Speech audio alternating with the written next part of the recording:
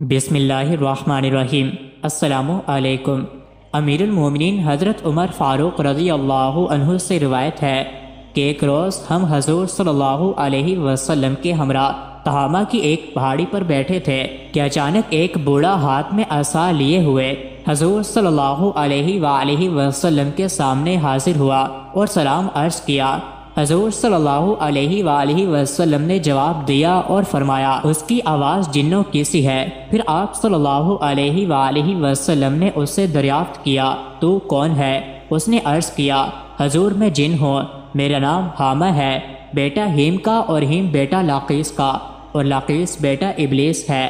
حضور صلی اللہ علیہ وآلہ وسلم نے فرمایا تو گویا تیرے اور ابلیس کے درمیان صرف 2 پشتے ہیں۔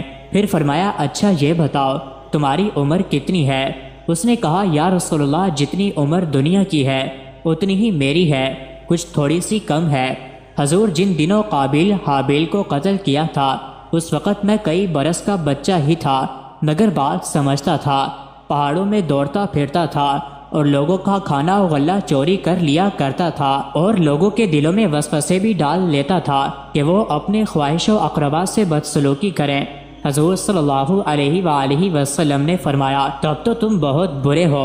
اس نے عرض کی حضور مجھے ملامت نہ فرمائیے، اس لیے کہ اب میں حضور کی خدمت میں توبہ کرنے حاضر ہوا ہوں۔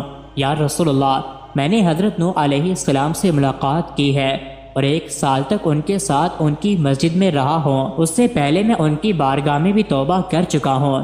حضرت ہود، حضرت یعقوب اور حضرت یوسف علیہ السلام کی صحبتوں میں بھی رہ چکا ہوں اور ان سے تورات سیکھی ہے، اور ان کا سلام حضرت عیسیٰ علیہ السلام کو پہنچایا تھا۔ اور اے نبیوں کے سردار، حضرت عیسیٰ علیہ السلام نے فرمایا تھا کہ اگر تم محمد صلی اللہ علیہ وآلہ وسلم سے ملاقات کرے تو میرا سلام ان کو پہنچانا۔ سو حضور اب میں اس امانت سے سبکدوش ہونے کو حاضر ہوا ہوں، اور یہ بھی آرزو ہے کہ آپ اپنی زبان حق کے ترجمان سے مجھے کچھ کلام اللہ تعلیم فرمائیے۔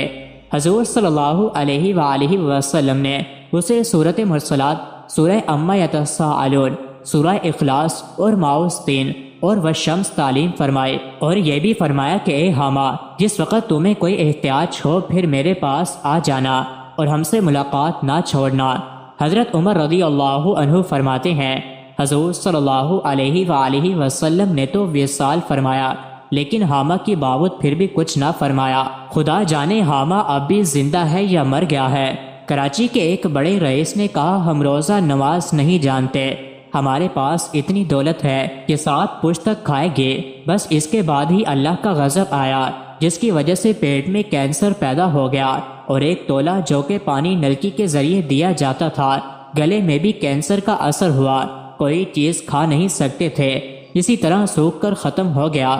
اس لیے حضور صلی اللہ علیہ وآلہ وسلم فرماتے ہیں اللہ کو سکھ میں یاد کرو تاکہ اللہ تعالیٰ دکھ میں تمہیں یاد رکھے۔ مزید ایسے ہی ویڈیوز کے لیے چینل کو ضرور سبسکرائب کر دیجیے۔